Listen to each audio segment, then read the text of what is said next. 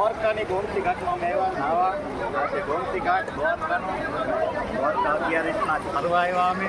દ્વારકા બતાવો, આમ બધું દ્વારકાનું બતાવો. ભાઈ માણા ના ઈ બતાવો, આમ બતાવો દ્વારકા.